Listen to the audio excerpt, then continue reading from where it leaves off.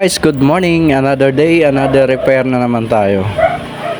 May pinadala nga pala sa akin dito na Bluetooth speaker ng kapitbahay namin. Ang problema daw nito ay yung volume niya hindi na nakokontrol. Pag pinapalakasan, ayan, siya nawawala, hindi siya stable. Minsan malakas, minsan humihina. Ayan o. Ayan. So kadalasan lang to, volume control lang to yung problema nito. Nililinis ko lang. Ayan o. So ito, may 4 na screw lang naman pagbukas nito. Bubuksan natin to para pag meron kayong ganitong problema o maka-encounter kayo ng ganitong problema, di na kayo magpagawa. Subukan nyo to. Hindi naman lahat ng Bluetooth speaker ganito yung pagbubukas, pero hindi na nagkakalayo.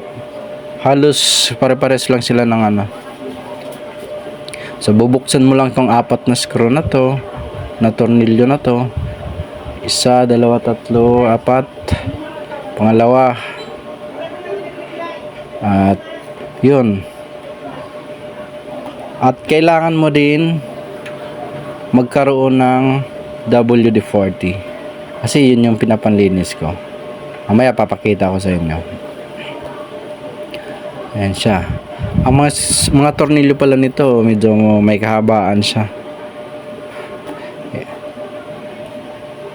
Yung kapitbahay namin nagreklamo siya Sabi niya na kung pwede daw papagawa. Yun yung concern niya, yung volume. Ayan, hindi stable, minsan malakas, minsan mahina, minsan pa nga namamatay. So kadalasan kasi ganito, ang sira lang, hindi naman siya sira, madumi lang ito yun, WD-40 yung gamit ko. Mura lang yan, yung maliit lang binili ko. Meron ako nyan, nasa 200 plus yung panglinis, pero ang tagal mo na ang tagal bago maubos. Pag mga ganyan lang naman yung yan. Yan yung butas na yun, sprayan mo lang. Yung sa volume yan. Yan yung volume control niya. Andyan na rin yung on-off niya sa volume na yan.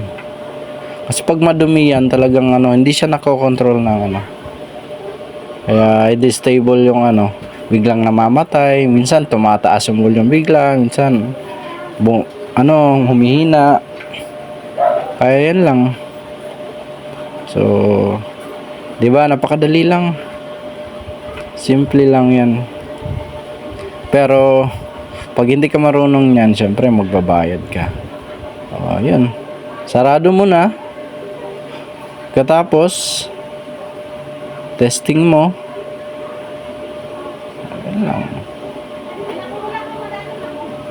Ayos, 'di ba? Okay. Yun na 'yan. Yan steady na yung niya.